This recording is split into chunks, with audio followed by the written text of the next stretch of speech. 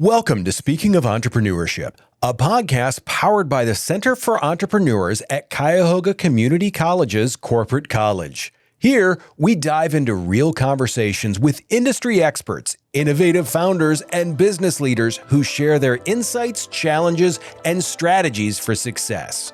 Whether you're launching a startup, scaling your business, or just exploring the entrepreneurial mindset, this is your space to learn, adapt, and thrive. Welcome back to Speaking of Entrepreneurship. I'm here again with Ariane Kirkpatrick, co-founder of Muvano of Ohio. I am so interested, Ariane, thank you for joining us again, to learn more about this other business you have going on. Tell us about Muvano of Ohio. Okay, so Muvano is our cannabis business. We started in 2012, and this actually was because of my son. Okay. My son, Ali.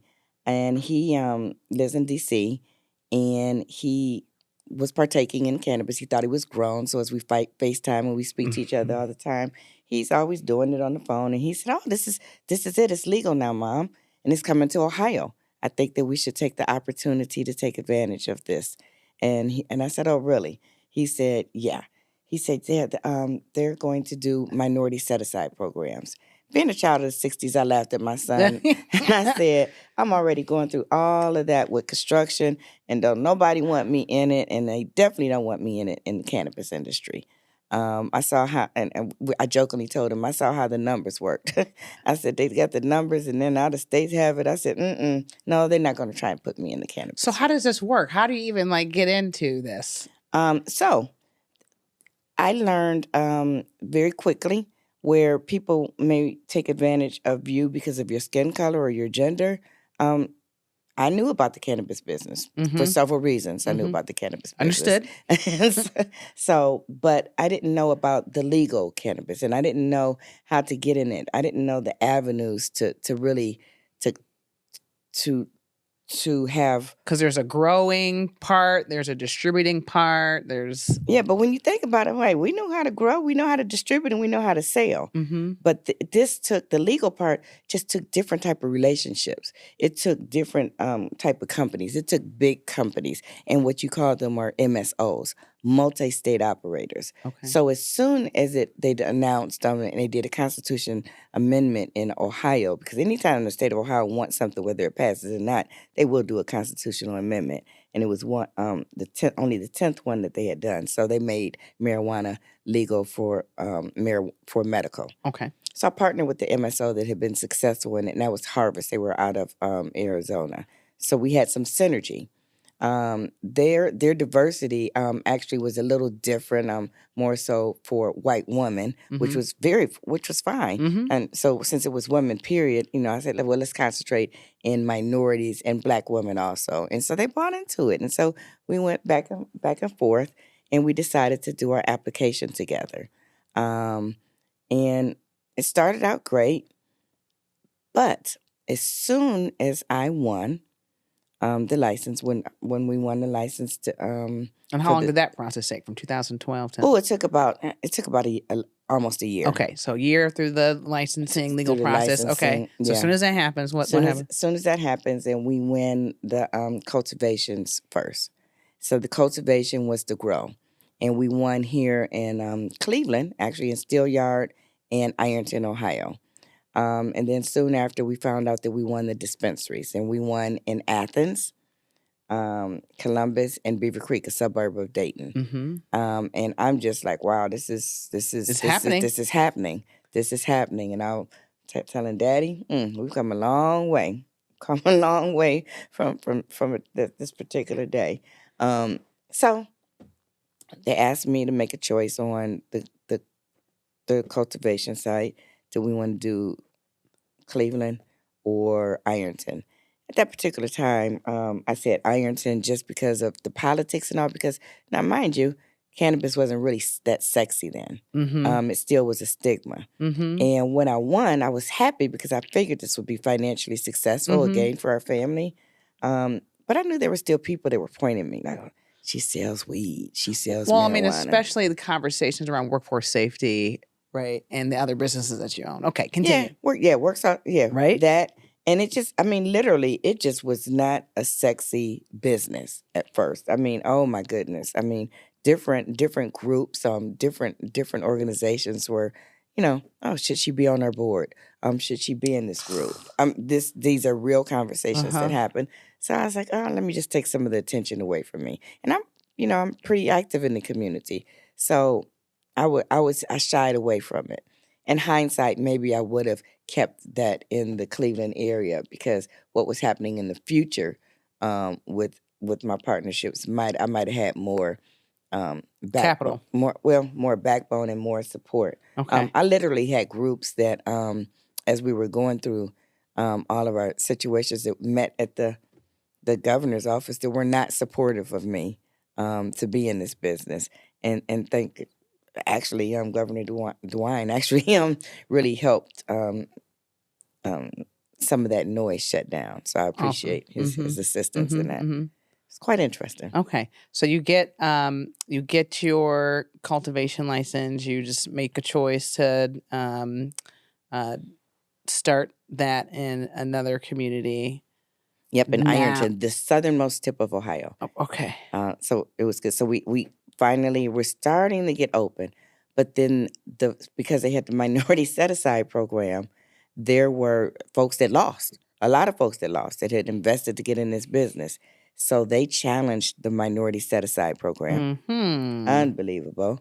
Well, it is believable, but welcome 2025. Right. Okay. So they challenged the program.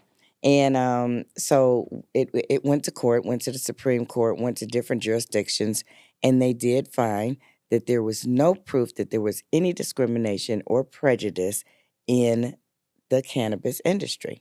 Well, why? Because there was no cannabis industry. There was the illicit and illegal cannabis industry, where most of people that looked like me were being charged and being put in prison and put in jail, or women that dated men that were put in just for a pure relationship that were doing time. So there's definite issues of why they needed a minority set aside program.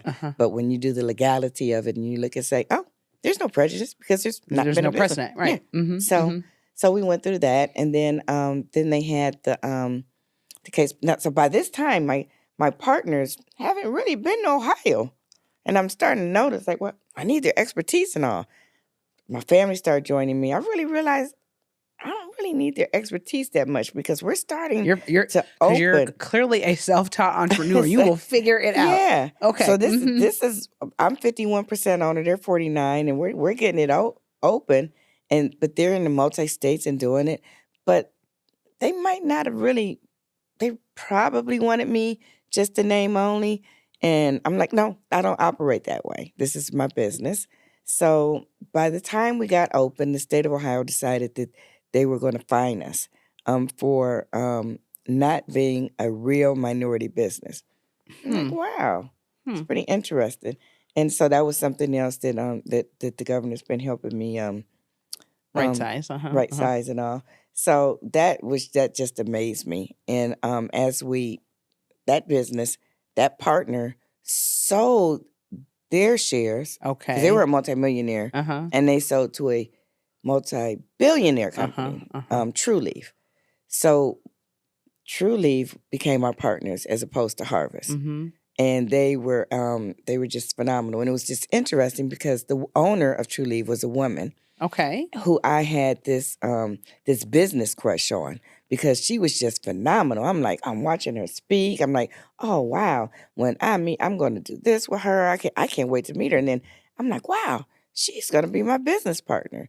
Well, at first we weren't really working together because they were still closing that deal. They were closing that debt. Okay. But we had to open our businesses. So we're boom, boom, boom. We're opening our dispensaries. We're opening the cultivation site. Then finally we open the processing. So we're running our businesses. And then we're going back and forth to see how this business works together. Correct. How do we play well together? Yeah. How's this partnership? And that took a year. Actually took a year when they said, okay, knock, knock, we're here. Let's figure it out. Now, they did say, we don't do partnerships well. And I oh, wow. Because I was not expected to be part of the deal with them in Ohio. So. But when they acquired Harvest, they acquired all the, Right. And it was a strange thing because my partner technically was an individual. Okay. and not the business. Mhm. So it was awkward. So we still weren't sure. And then, these are really big legal things. I just had small attorneys just doing, can you check a little contract for me? Or can you check when my vehicle hit this car? I mean, small things. Uh-huh. So we decided we were going to be partners. And we had to.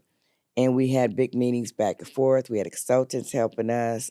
It was phenomenal. And I was like, wow. So we shook hands. We all went out and celebrated, had a great, fantastic party. It was in, I think it was June. My sister and I took our first vacations. My kids were stressed. Everybody was stressed. And we finally were like, whew, woosah, woosah. And I'm sitting at my desk because our headquarters are on 55th Street. And I'm sitting there, and all of these documents start coming. And they're this thick, and it said that that it was a lawsuit against us for $23 million. I was like, For wow. just being an operation? So still don't understand the whole thing, but all these technical legal things. When they bought the company, of the debt of the construction of everything, because it took, the construction, we opened up dispensaries, cultivation sites, high power electric. I mean, it was state of the art facilities. Cost Across money, the state. Across state. Uh-huh. So we're making our payment plans. That was part of it. It was part of in our budget and everything. And just some documents that I probably shouldn't have signed. And that I just wasn't privy to really understand. So we had to go through that, get new attorneys, and it just took the wind out of us. So for about almost 2 years, we fought to keep our business. We settled. Okay. And we were able to have a divestiture that was interesting. Funny because at the end of that day, after we had been fighting and getting to the close to this deal, and I'm hating folks, I'm cursing folks out. I'm like, I took it personal. You're attacking me. You're attacking my of all family. the businesses you have started or operated, was this kind of your first experience in an acquisition deal? Yes. Okay. This was and definitely. then this being a very highly regulated industry, all new and shocking. Yeah, and you know what? I'm sorry.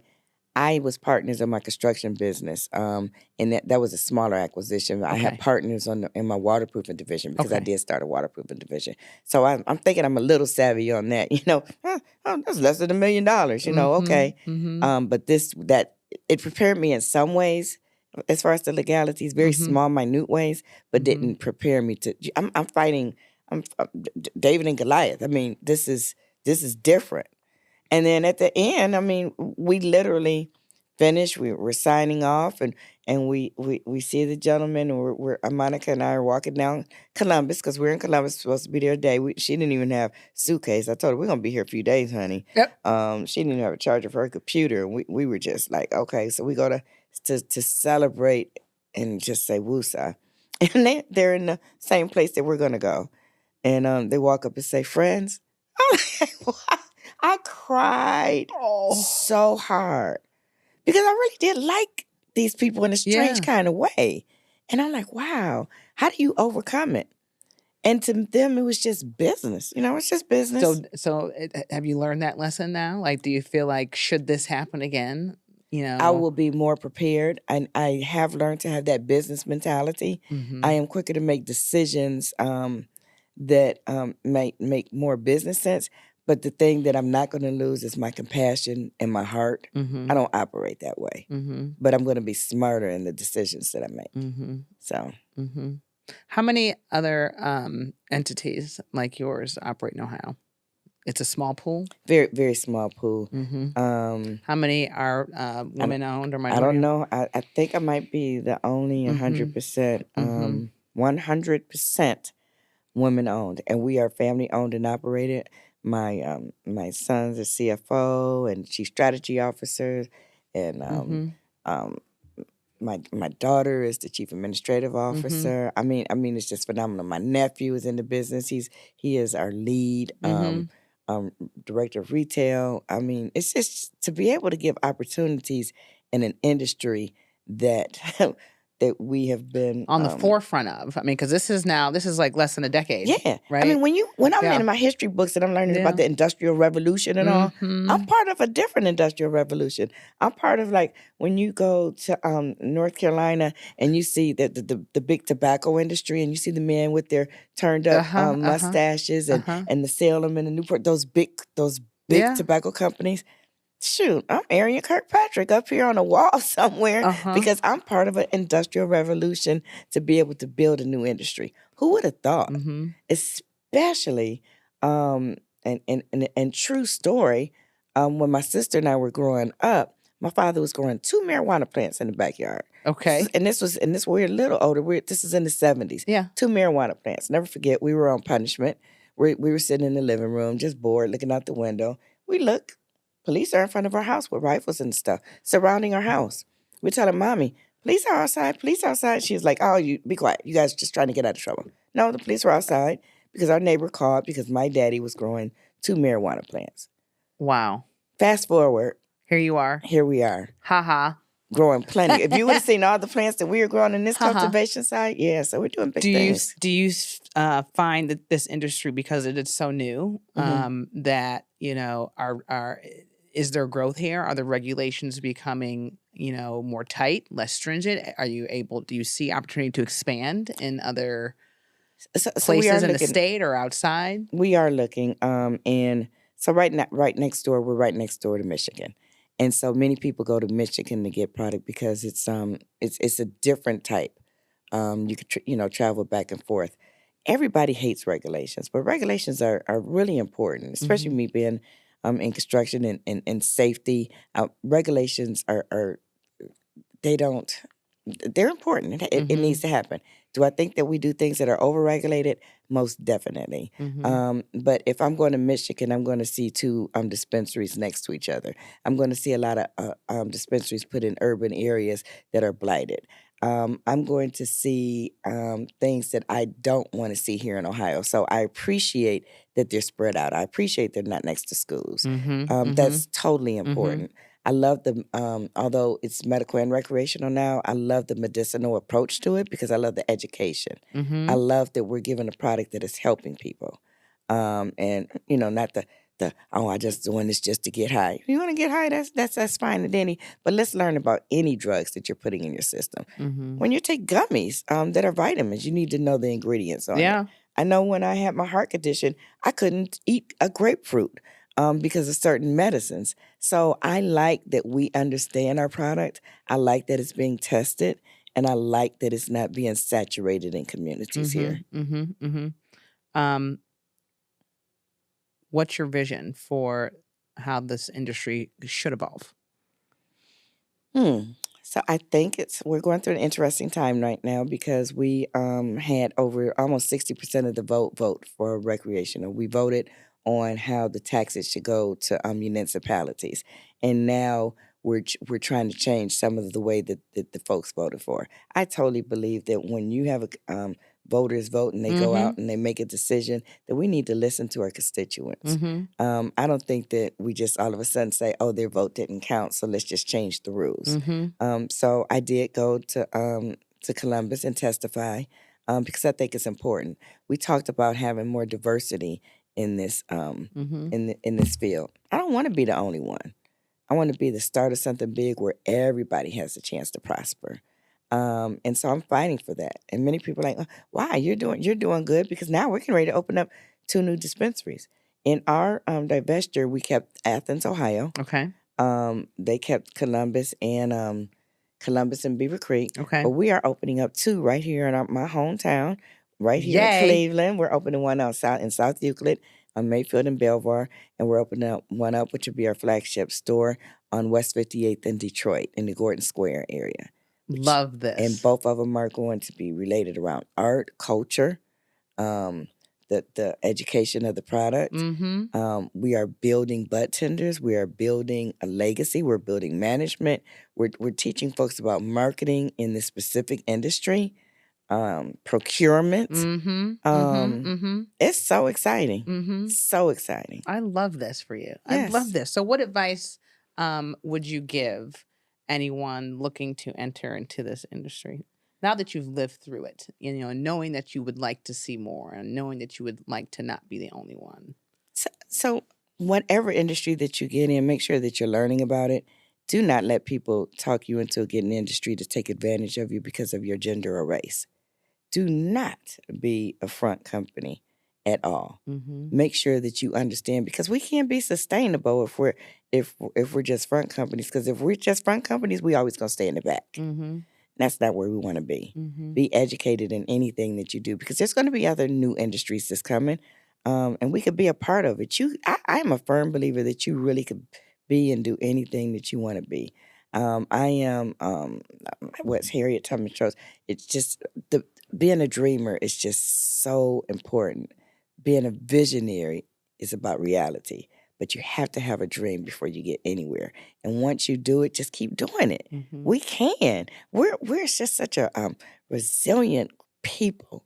And I mean, I just think Black women just got it going on. I just really do. So I'm biased about that. We are able and have the ability to overcome so many obstacles. And juggle a lot as you show with husband and son and multiple businesses, and really choosing, it sounds like, to lead these businesses with mission first. Definitely. Mission over profit. Definitely. And it's interesting you say that, because my sister, she's come from the corporate world and also educational industry. She worked at Trio College now and Nordson Foundation. So she brought a lot of I brought street and she brought corporate. Okay. And so with our corporate, we have 5 pillars, and let me make sure, because she would be so upset if I miss it. I believe it's profit, people, passion, process, and I missed one, so she's going to get me. Processes. Okay. Yes. And so we operate, and we have our team meetings. We operate like a Fortune 500 company. And I think we're both used to doing big things like that. We're both under 5 feet, but we walk like we're 6 feet tall. So we run our small businesses like big businesses. And so, what's it like working with your sister? Oh, my gosh. And everything that you've been doing, everything you have going on. Let me just tell you. Because, sometimes working with family can be... Family-owned businesses are tough. We're a small, close-knit family, and we really decided to do this and work at it together. But everything isn't always rosy. Different opinions. There's days that I think my sons are just the most awesome. I paid plenty of money for them to get finance degrees from Bowling Green and Howard. Hey, that's my alma mater. Yes. Oh, yes. So, and my nieces, and my nephews. So for us all to be in this business, we have our good days and our bad days. And we need to learn how to respect each other, how to appreciate not only just the family thing, but the family and the age dynamic. As you change generations, it's different. The younger folks, they believe, well, I could just go hire this person across season. They could do this, and it's over with. You guys think too much in it. Our marketing with my sister and I is, about people, culture, and the community. Yeah, and community. And the younger folks might be like, oh, just profit. We just need to do this, and then the whole remote thing. Oh my gosh. So yeah, do you feel like you're changing your sons and your niece's mindset about what it takes to be an entrepreneur? Do they envision themselves taking over your businesses one day, starting their own? Yes, most definitely.